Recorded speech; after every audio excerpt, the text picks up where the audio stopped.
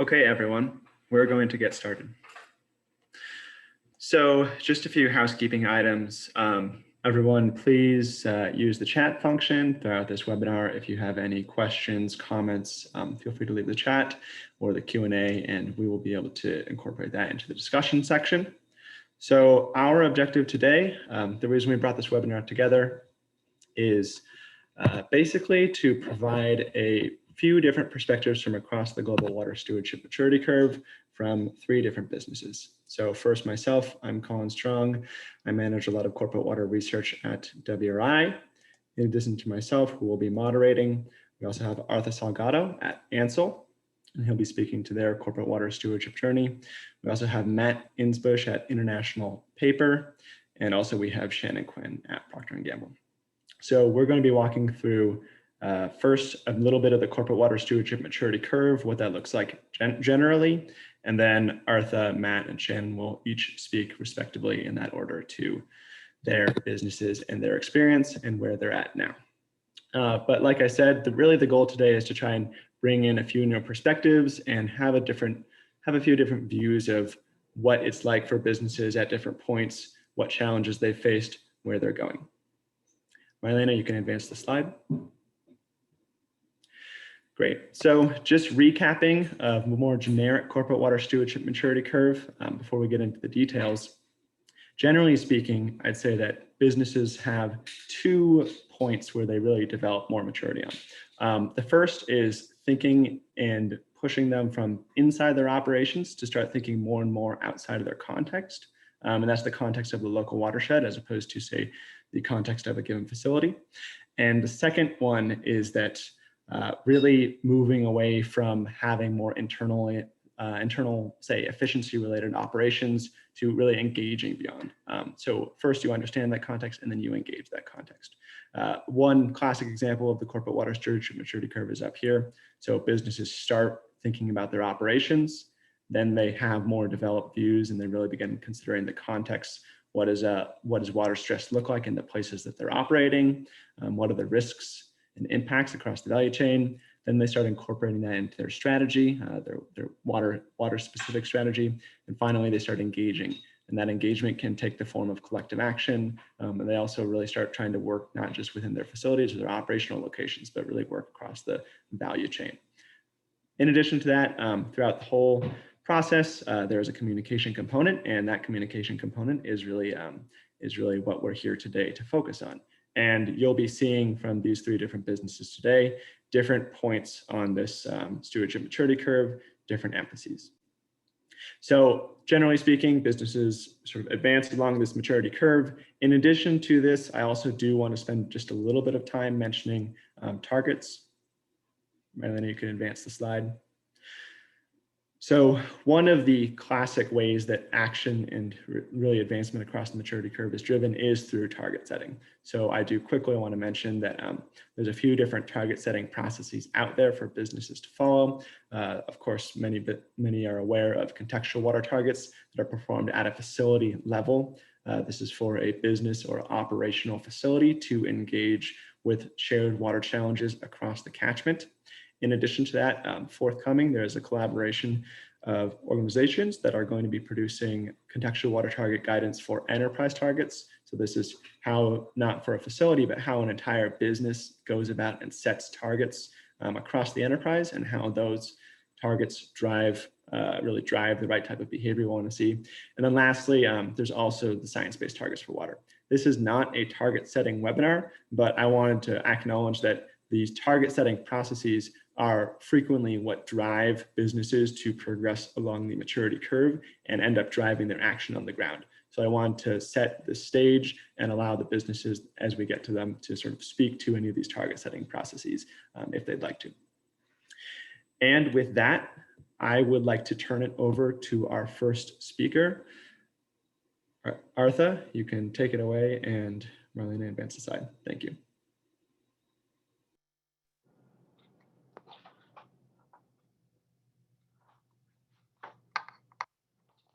Thanks, Colin. I hope everybody can hear me and not necessarily see me, but see my slides at least. My name is Arthur Salgado. I am the Associate Director for EHS and Risk Management for Ansell. I am actually dialing in from Sri Lanka, which is interesting that we're talking about water at this point in time because our monsoon season for the Southeast monsoon is just starting up as well.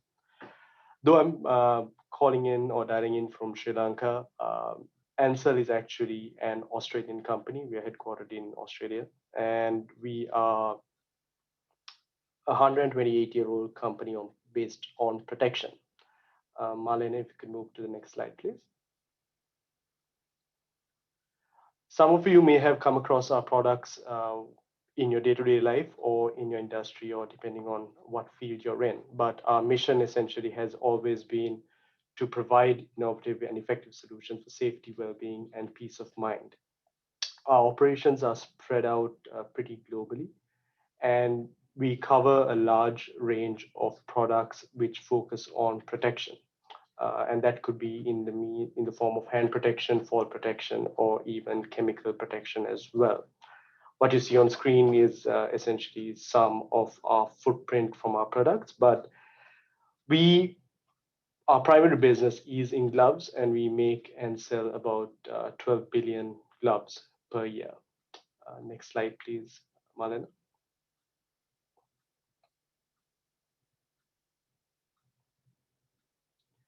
If we look at our operational footprint, we have about 13 manufacturing facilities which are under our umbrella, excluding outsourced manufacturing. And these spread all the way from Brazil to China and hit almost every continent in between. However, most of our larger scale operations are in Asia and Southeast Asia. Our business is primarily split into two business units, industrial as well as healthcare. And considering the current state of the pandemic, our healthcare business has been one that is in high demand, and our products are being manufactured at a higher volume than ever before. And that has had a significant impact on our water footprint at a corporate level as well. If you look at our business, we have, whilst manufacturing our products, we have been focusing on the triple bottom line as well with our overall sustainability strategy, which focuses on looking at developing a better society, a better environmental role, and a better business with transparency and good governance. Next slide, please, Marlena. And with the environmental focus, we have established three major focus areas, even though you see four on screen right now. They focus primarily on emissions and energy, water, as well as zero waste to landfill. And both emissions and water, we set the targets a couple of years back with an F16 2016 baseline with an end deliverable of 25. Since the focus for this session is on water primarily, we are looking at reducing our intensity of withdrawals measured in meter cubes over production cost. So essentially how much we spend on cost or to how much water we consume per $1 million we have spent on manufacturing. Next slide, please, Marlene. So what does that look like is, if you remember, I mentioned that our manufacturing footprint is spread out across the globe, but you can see that most of the focus on our larger manufacturing sites are actually in one part of the world, mostly in Asia. And you can click forward, Marlena. Water is quite critical for us because the quality of the water and the quantity of the water is critical for two reasons. One is we make products primarily in our medical and healthcare business that need to be of the utmost quality. So it is very critical that the quality of the water is pretty much at the best that we can get it. So it is, and because of the process of manufacturing gloves, water becomes a part and parcel of that as well. We actually dip water and then we evaporate it. Dip the products in liquid and then evaporate it to dry it and vulcanize it. So it becomes quite critical as well. And in that process, if you look at our footprint, 97% of Ansell's overall water footprint is actually based in 3 countries, which is Sri Lanka, Malaysia, and Thailand, and focused on 5 facilities in these countries. And as I mentioned earlier, all of these facilities are actually quite focused on manufacturing the healthcare products. So with the increased demand, we've had this issue as well. Next click, please, Malina. And in these, that's fine. In those countries, the cost of water from the pipe ranges from about 25 US cents to about 88 cents. So there is quite a significant disparity in the cost as well. Next slide, please. And moving along to where we stand on the journey, even though we are a 128-year-old company, we are still a little bit young or early in the maturity curve compared to some of my other colleagues who will be speaking after me. Malina, you can click a couple of clicks forward. So if you look at the curve that we talked about, it starts off in operations, and that's where we all began. We started with compliance, and compliance was our primary focus. And that was our license to operate. That was non-negotiable. But how we monitored and tracked water consumption within our facilities was primarily looking at the cost, because it was a significant cost factor for us as an utility, and that is how it was tracked.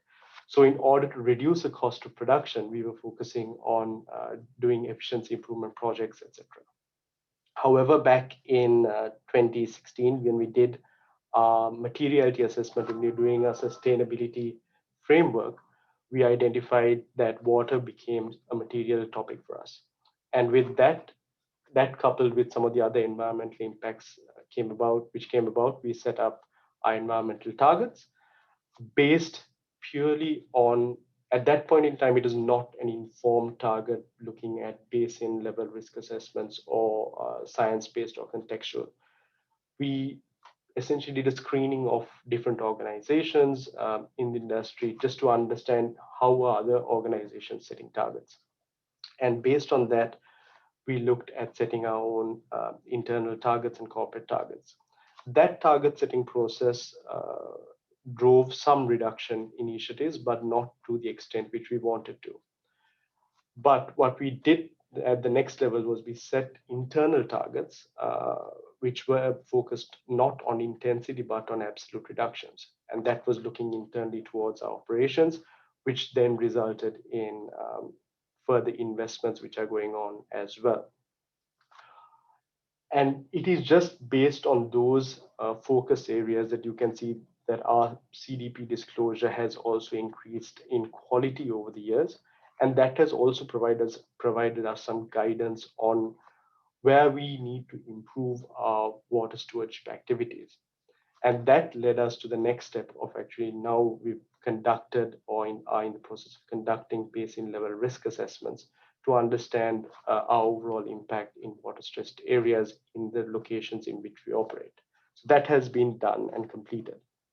Something that is being done in parallel is we are also a supporter of the task force, the recommendations of the task force for climate related financial disclosure, TCFD, which requires organizations to understand climate related impacts through scenario analysis. And through that exercise which we conducted, we've identified that we do have some risks related to water, too much water and too little water through floods as well as droughts to our business, which again leads us to looking at water from another perspective, which is from a strategic perspective. And that is why on the curve, we are right in the middle of context and strategy, because the scenario analysis coupled with the basin level risk assessments will then be used in the coming months and hopefully the next financial year to define how our strategy will evolve to the next level, where it becomes more integrated with the way we do business on a regular basis. Now, to go beyond this point, we still are not clear as to where that will go, because it will be based on the outcome of the risk assessments as well as the scenario analysis. But Matt and Sharon will definitely take you through what they have gone through as their organizations have moved up further up along the maturity curve. That's it from me. Matt, over to you. Yeah, thanks, Artha, and good morning, good afternoon, everyone dialing in. Nice to be here, and I'll talk a bit about International Paper's water stewardship strategy, how it fits into what we call our Vision 2030 sustainability goals for the next 10 years. And at a high level, I think about kind of this phrase of we're working to do the right things in the right places as it relates to water. And that's really how we sort of translate the concept of a contextual approach, for our company. Next slide. So a little bit about IP quickly. We're one of the world's leading producers of renewable fiber-based packaging, pulp, and paper. Essentially what we do is take renewable resources, sustainably sourced wood fiber and recovered fiber, and convert that into recyclable products that people depend on every day. And most of those products are actually in corrugated packaging. So boxes that go into lots of supply chains, e-commerce, grocery, and other channels. We also produce and sell pulp that goes into absorbent hygiene products, also tissue and towel and other uses. And then finally, white papers, imaging and printing papers for education and communication. Most of our operations are and business is in North America, but we're a global business. We have operations in Europe and Brazil as well, and we've got almost 50,000 employees around the world who are helping us deliver on our mission to be one of the world's most sustainable and responsible companies out there. Next slide. So Vision 2030 is our roadmap for the next 10 years around sustainability and how that integrates with our business strategy. This is our commitment to building a better future for people, the planet, and our company. And over the last couple of years, we've done a really intensive exercise of external research, internal brainstorming, looking at our materiality assessments over the years, and have distilled all this down into four broad goal areas. And I won't go through all of those in detail today, but we'll really focus within sustainable operations, which is where water stewardship kind of lives. But I do want to underline that one of the things we're thinking a lot about these days are the interconnections across these different goal areas. So when I think about water, I'm also thinking about what is the interconnection there with our forest related objectives and our strategy, recognizing the really important co-benefits between healthy, sustainable forests and healthy watersheds. Similarly, on the community level, water is obviously a shared resource. So we're working to figure out how do we embed water stewardship considerations into our community engagement efforts, and then vice versa, how do we bring the social into our approach to water stewardship. So there's a lot of thinking on that kind of on that level within our group and within our company these days. Next slide. So specifically on water stewardship, the targets that we've outlined for the next 10 years are what you see here. We have kind of a two-part goal, and I'll go into a little more detail on why that's important for us. But essentially, we want to become more operationally efficient within our mill operations and use 25% less water per ton of production by the year 2030. And then that's really framed within a context-based approach where each mill will have its own customized plan that is using local inputs to drive towards locally appropriate actions on water stewardship. And I think we've set this up in sort of with these two levers because we recognize the really important direction towards context-based water stewardship. And I know we'll talk a bit more about what that exactly means.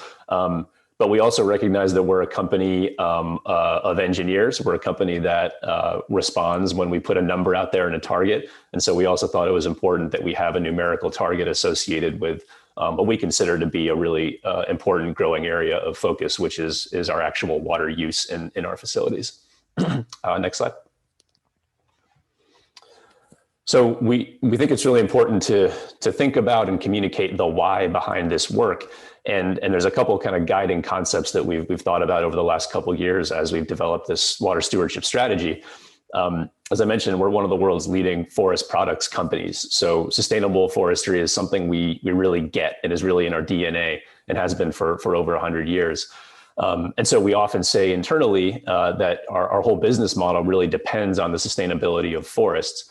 And more recently, we've added on water to the end of that phrase because we recognize how critical water is to our operations. And those of you who know our industry will know that paper and pulp is a water-intensive industry. We're largely a user, not a consumer of water. So we return over 90% of what we use back to the environment after our treatment process. But water is totally essential for our production process. You use water in just about every part of a mill's operations to create our products. And so we need it. And we also recognize the growing pressures on water resources globally and within the US, where most of our operations are. And that has to do with things like climate impacts and changing and growing populations and economies that are all kind of squeezing water resources in new and accelerating ways. And so we've really elevated water to this higher level of a strategic focus with our new goals.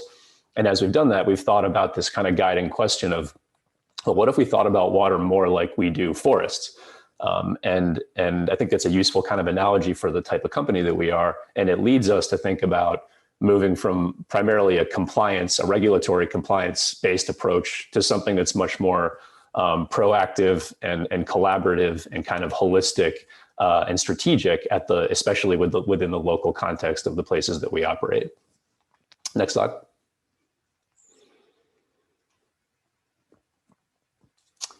So in my version of the maturity curve here, you may notice some things are moved around a little bit. So I've taken some liberties, I guess, with the framework. But I think that sort of underlines that this is not a linear process. Each company has sort of their own path towards water stewardship, and these things really are pretty fluid. Excuse the water pun, but these pieces all fit together in different ways for different companies, and hopefully they move everyone in a positive direction with a kind of a consistent approach. So I've thought about kind of a foundational level and then moved up into operations, context, and engagement. And if you think back to that slide we saw earlier, there's the strategy and the communications pieces as well. And to me, those kind of revolve around all of this. But a few highlights here. So at the foundational level, for many, many years, we've been really committed and dedicated to regulatory compliance. We're heavily regulated, especially on our wastewater effluent that goes back to the receiving bodies after our treatment systems. So we have lots of experts who are really committed and dedicated to that at the facility and the enterprise level. And we'll continue to build on that as we move forward from the regulatory standpoint. We've also embedded some new governance structures around water stewardship, and I can talk a bit about that in a minute, but those have helped support our strategy. And then on transparency, things like reporting on an annual basis to our stakeholders, GRI aligned reporting, CDP reporting, where we continue to improve our scores, which I think sort of validates the approach that we're taking, as well as other means of transparency. So that's been kind of where we've been and where we continue to build on.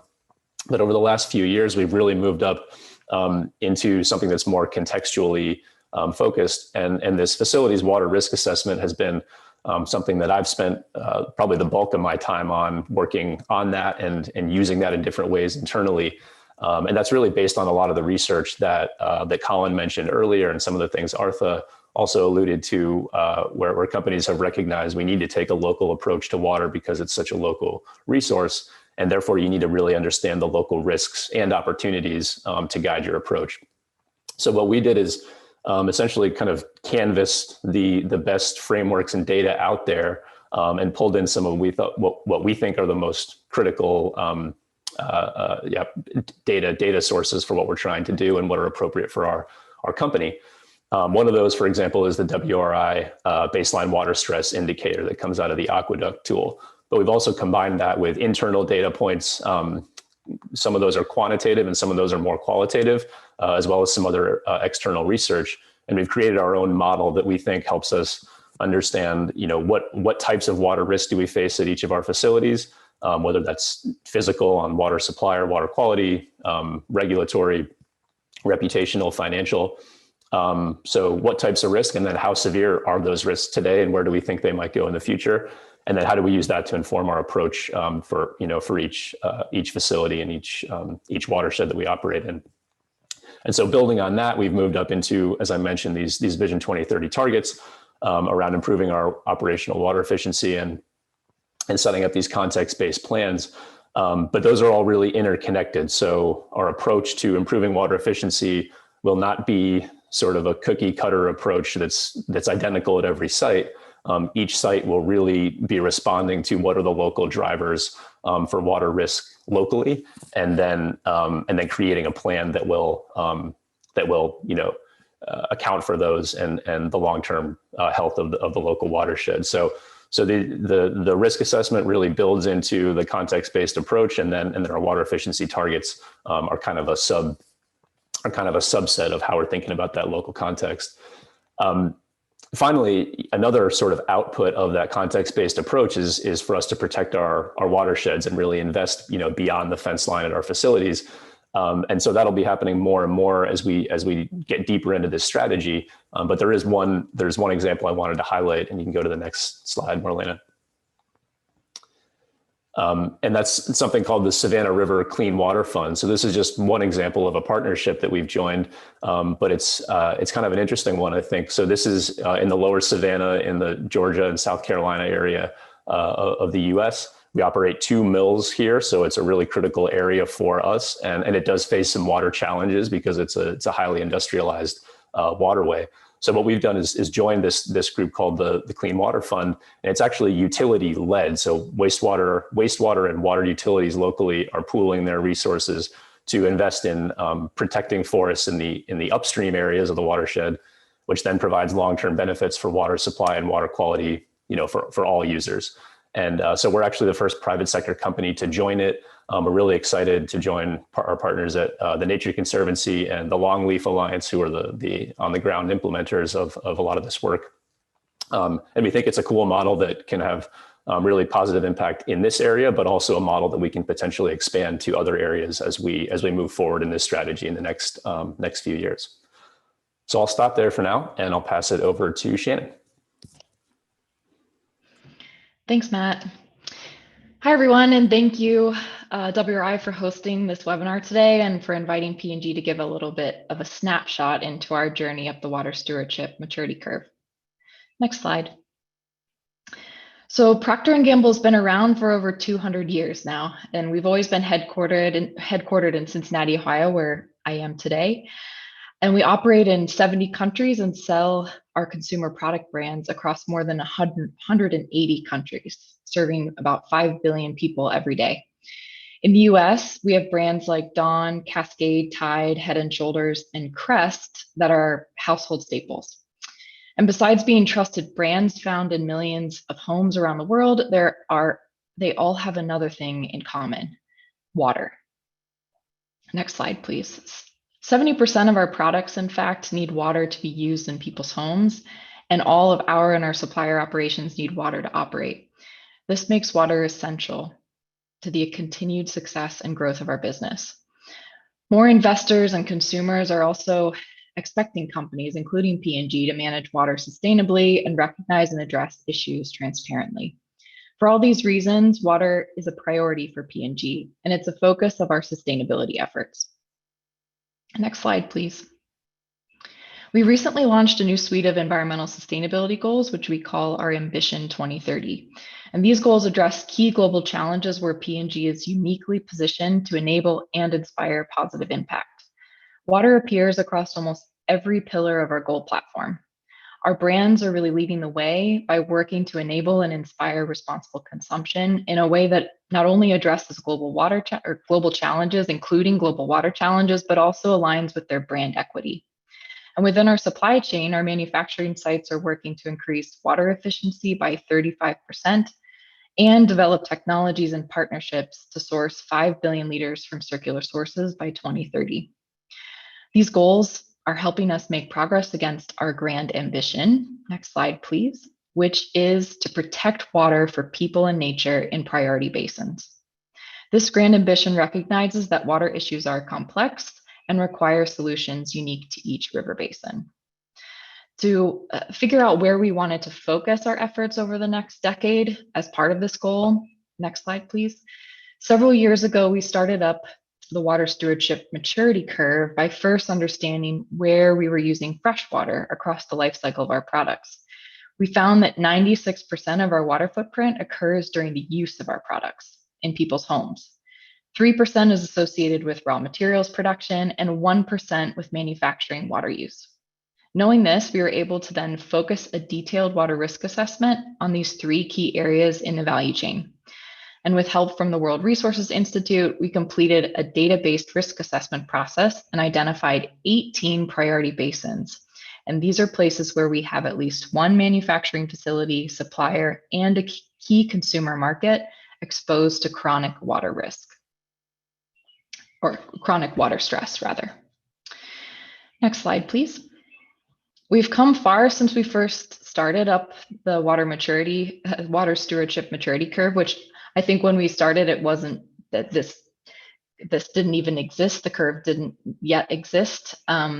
And after years of focus within the 4 walls of our plants, we've taken the steps to go beyond.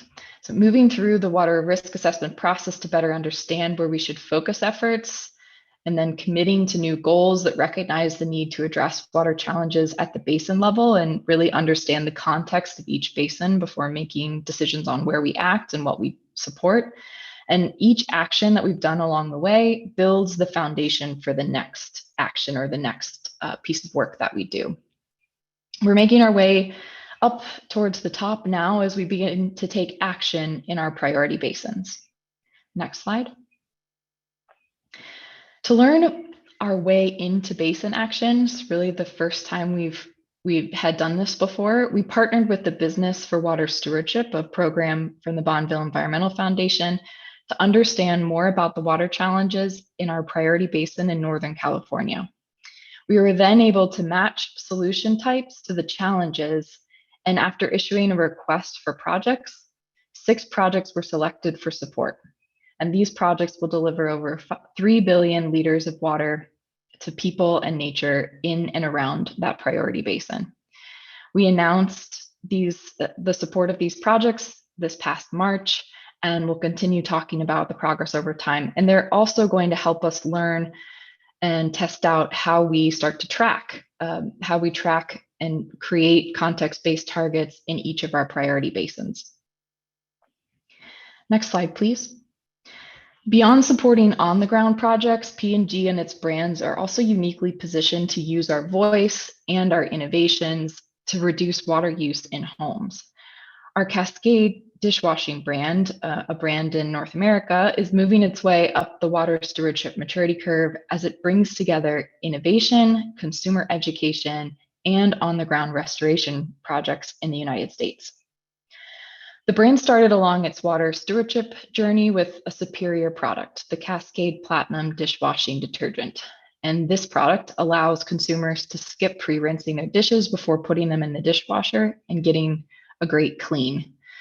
They've now coupled that innovation with clever campaigns, like the one pictured here, where a famous couple is explaining why they've started to run the dishwasher every night, or do it every night instead of hand washing their dishes. And this allows them to save water and energy when compared to hand washing their dishes. In parallel to the campaign, they also support 2 water restoration projects through the Change the Course initiative. And these projects are in the company's priority basin in Northern California. And they're helping to progress our ambition to protect water for people and nature, along with the 6 on-the-ground projects that are being supported by our corporate team in partnership with Business for Water Stewardship. I'm hoping to see more examples like this come to life as our brands continue their way up the water stewardship curve. Next slide, please. So we're still on our journey up the curve, and I know that one of the next big steps will be to focus on partnering with others to develop projects that maximize positive impact in our priority basins. I'm looking forward to working with many of you in the future to address water challenges together. Thank you.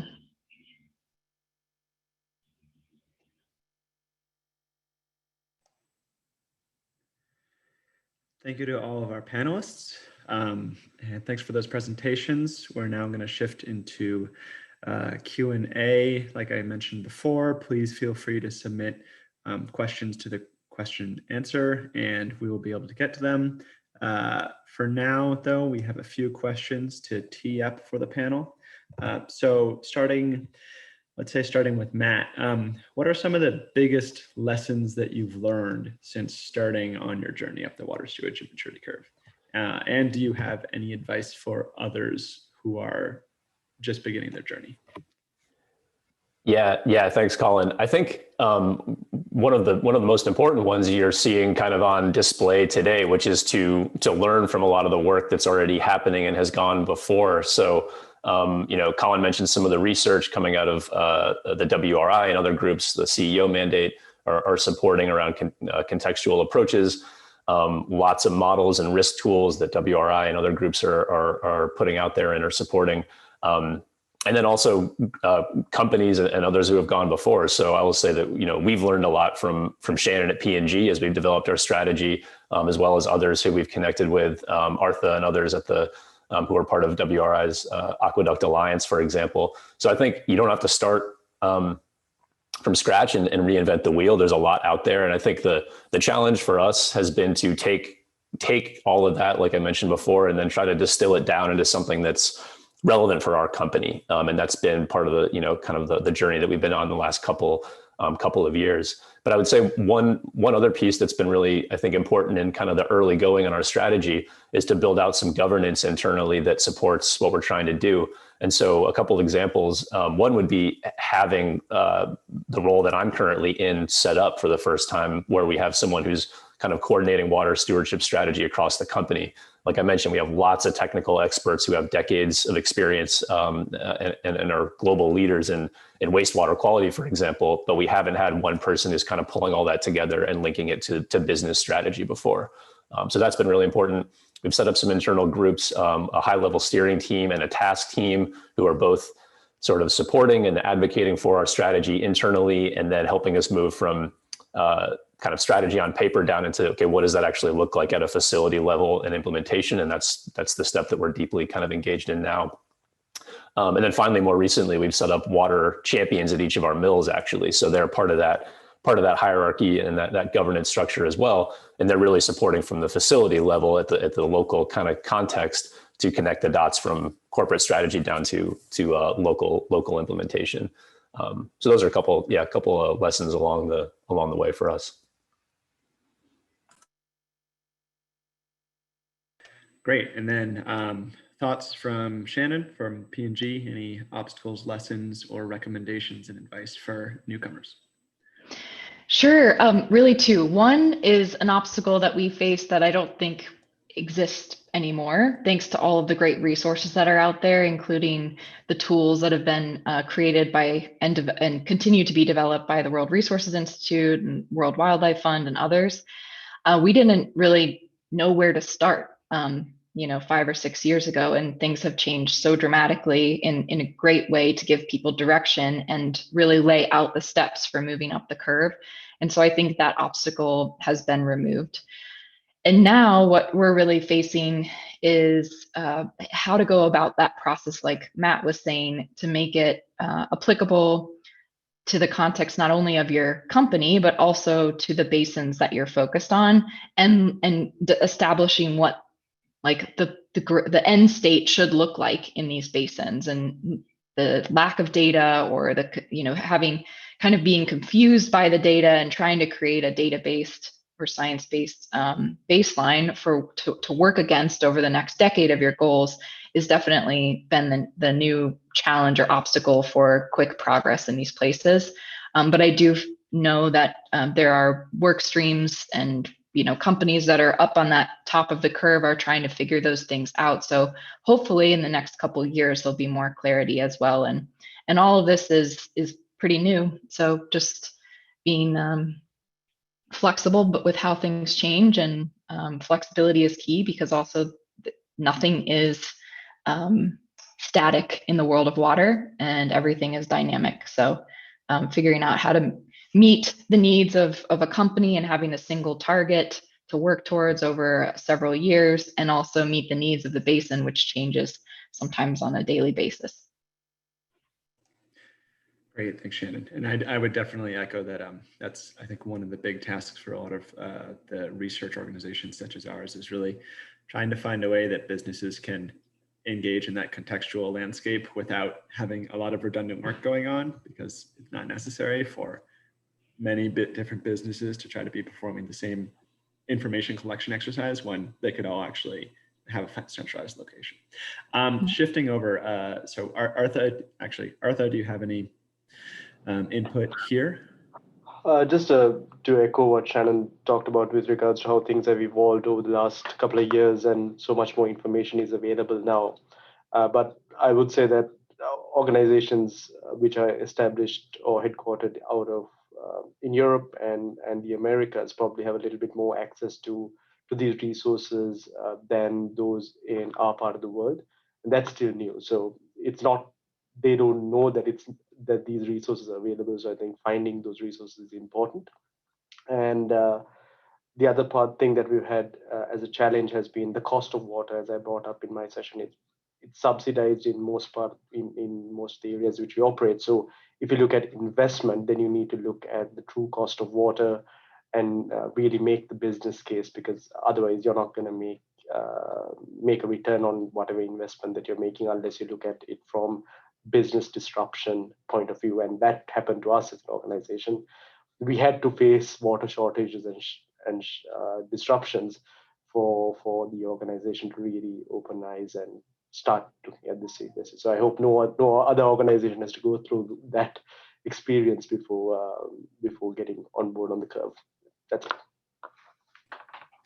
Great, thanks, Artha. And then, so next question for the panelists, and I know all of you have touched on this in various ways, but it's worth pulling out a little more. Where do you see as going next? What are the big looking forward activities that you're looking forward to? And I'll start actually with you, Artha, and we'll just go backwards. So that's easy.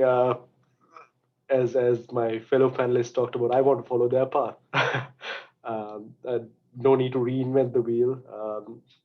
International Paper as well as P&G have really set good examples for organizations like ours to follow. So essentially, try to follow the leaders. Don't try to reinvent the wheel, but start off with contextual targets based on the risk assessments, and then look at obviously science-based targets or anything along those lines with improved engagement, not just in the community, but through the value chain as well. Shannon, I don't know if you want to add on anything. Yeah, I think for us, it's really in parallel. I mean, the problem is real and issues, and it's not getting better in many of these basins. So we need to continue to act. So, acting and learning as we go, similar to what we've done already in Northern California. We've also supported projects and are exploring projects in some of our other priority basins, learning more about our priority basins to really understand what those water challenges are, understand the context, and then build our program with those challenges in mind, to make sure that the solutions are matched to the challenges. And also doing that in partnership with others. I think the collective action is a mantra that everyone now in water stewardship chants. So figuring out what that means for us and how we can work together. There's already organizations that we're a part of and that are growing in California. There's the California Water Action Collaborative, which is a group of companies, nonprofits, foundations that have come together to work against California's water challenges and to try to do that together. Not only supporting projects that already exist, but thinking about how do we actually develop projects to address key challenges in watersheds where companies are operating or they have customers or consumers or suppliers. In Mexico City, there's a water fund there called Agua Capital, which is really essentially trying to do the same thing and also working with government to come at the problems together instead of separately. So really a focus on that collective action piece, figuring out what it means for each basin, and developing those context-based targets. So through the action as we're learning along the way, really figuring out how we put specific targets underneath our grand ambition to protect water for people and nature in these priority basins. Well, how can we track progress? How can we communicate progress? So that's really what will be happening. Will be my main focus over the next couple of years. Great.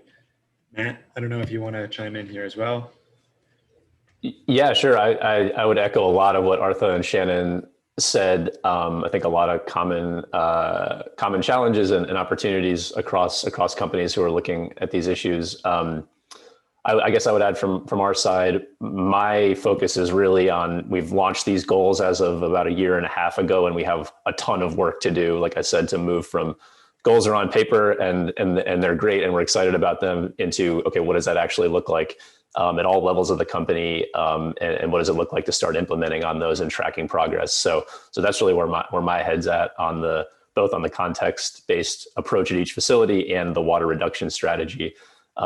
I think on the water reduction in particular, a lot of what we're doing these days is thinking about kind of systems level interventions within the company. So we think about how our capital allocation process works, how our enterprise risk management function operates, what we do in government relations and lots of other functions of the company. How do we embed water stewardship and our broader sustainability strategy in those areas, and work closely with those groups so that we're kind of baking this in at a systems level across the company. So there's a lot of work happening there. And then I think another kind of on the external side and more on the research side, I'm definitely looking forward to seeing how data and modeling develops and improves in the next couple of years on water quality, for example. And this is something, Colin, that I know WRI and others are engaged in improving sort of the modeling, the granular modeling at a basin level on things like water quality, which for us tends to be a much more material issue at the moment than water supply. But right now it doesn't, there aren't great tools for sort of analyzing and then aggregating water quality up to an enterprise level to make it sort of decision useful. So I think we'll be staying tuned on that, on the science-based targets for water. As Shannon mentioned, this landscape continues to change. So we're definitely staying tuned on kind of all the research coming out and figuring out, again, how do we keep embedding that back into our system to make it as effective as possible. Great. And actually, so we have one question here. What are the tools that the panelist companies are using to understand water and water risk in your supply chain as well? I don't know if you want to add, Matt, you said what you're looking forward to most, but if you just want to recap the ones that you already do. Yeah, sure. I mentioned this briefly. I think Shannon and others might have more to add here too, but we've relied on the baseline water stress as kind of a foundational indicator within our facilities water risk assessment. It's not the only thing. It's actually one of, I think, 5 different risk data sources that we use. Again, some of those are internal and some of them are external, but we use that as kind of the foundational piece to look at, as the name implies, baseline water stress in each of the basins that we operate in. But we combine that, like I said, with other material issues, a lot of internal data. We have a ton of great internal analysis around, like I mentioned, water quality, which is really critical for us. So we combine all that into a model that sort of steers us in the right direction. But I'm sure others have thoughts on some of these other tools that exist as well. Great. Yeah, Shannon. Yeah, so we also have relied on baseline water stress as our key metric, and the tool, the Aqueduct Alliance Water Risk Atlas tool, we've also used for different parts of our assessment process, kind of as a guide, the World Wildlife Fund's water risk filter, and some other available data sets to give us an idea about maybe the state of water management or a country's ability to address risks or issues within their own country. And then we've used frameworks like the Alliance for Water Stewardship International International Standard, using their five different steps to kind of step through for some of our high risk sites, so that we can follow a recognized standard. We have not, you can get certification. We have not certified our facilities, but we use the standard as an accepted way to move through to create action plans that are context-based for our high-risk sites.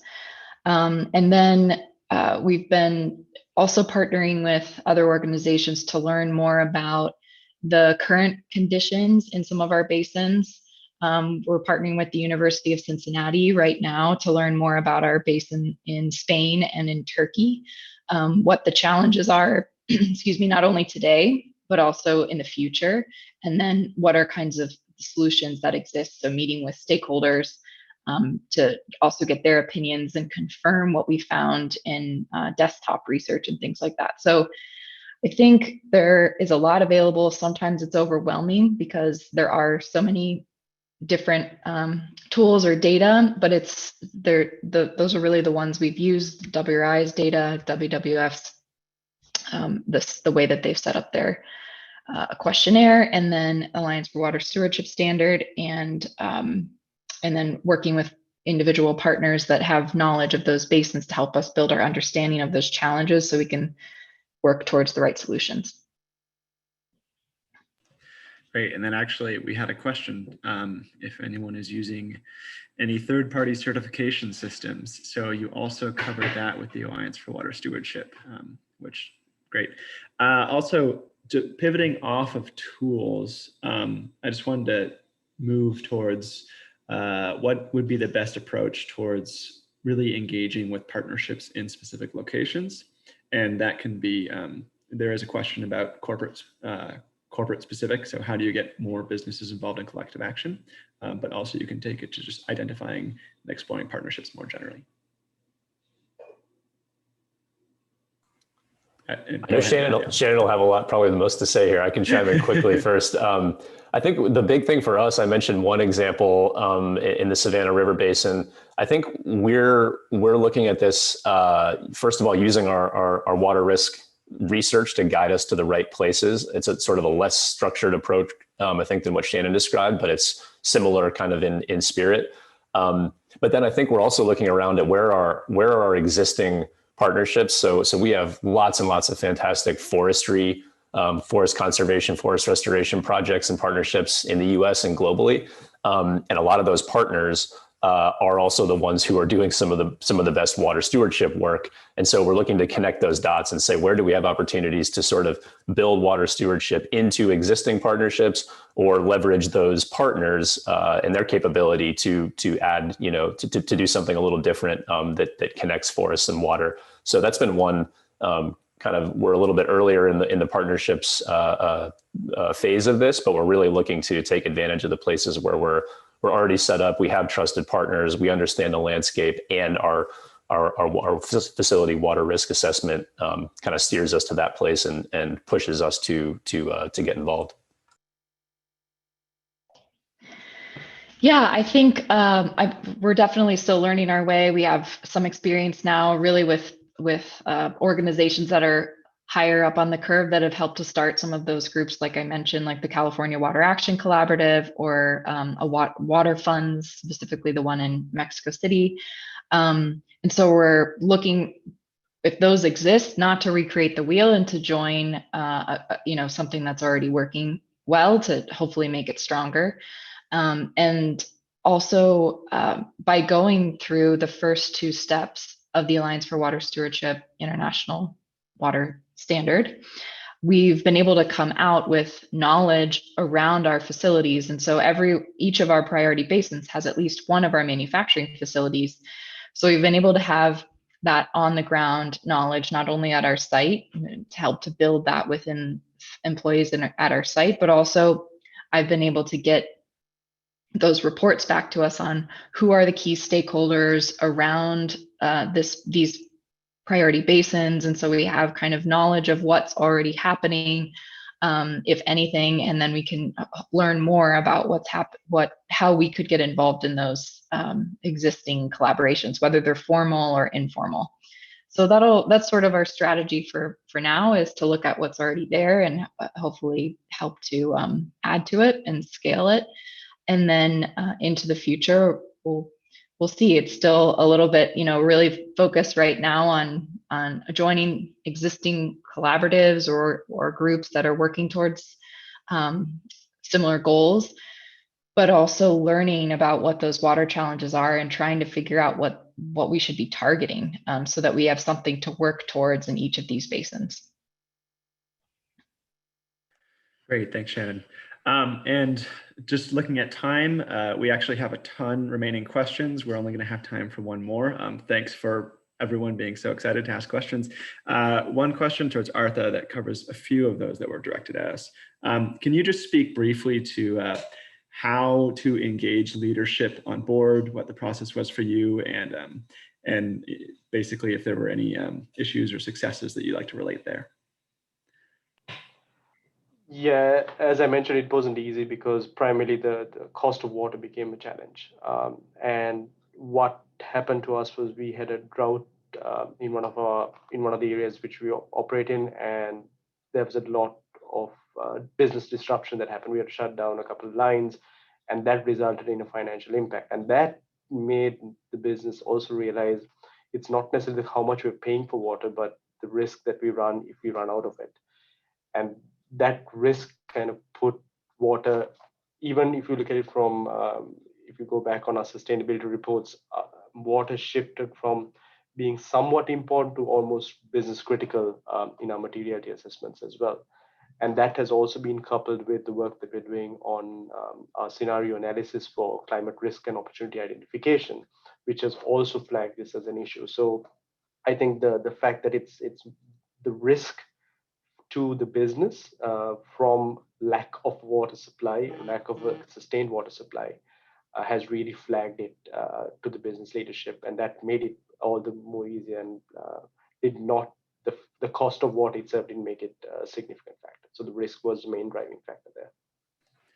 Thanks, Artha. And that's definitely a story that I've heard before, where the cost itself is hard to drive behavior, but the risk of any sort of operational shutdown is vastly more compelling, and a good place to start. Go ahead, Matt. Looks like you want to jump in. Yeah, just the flip side of that is the opportunity, especially in the marketplace, right? So more and more customers and consumers want to see action on this and are paying a lot more attention. Certification schemes developing, and we're getting a lot more questions on this, which helps me in my mission, right? Because we link it to business strategy, and that's something that leadership is focused on.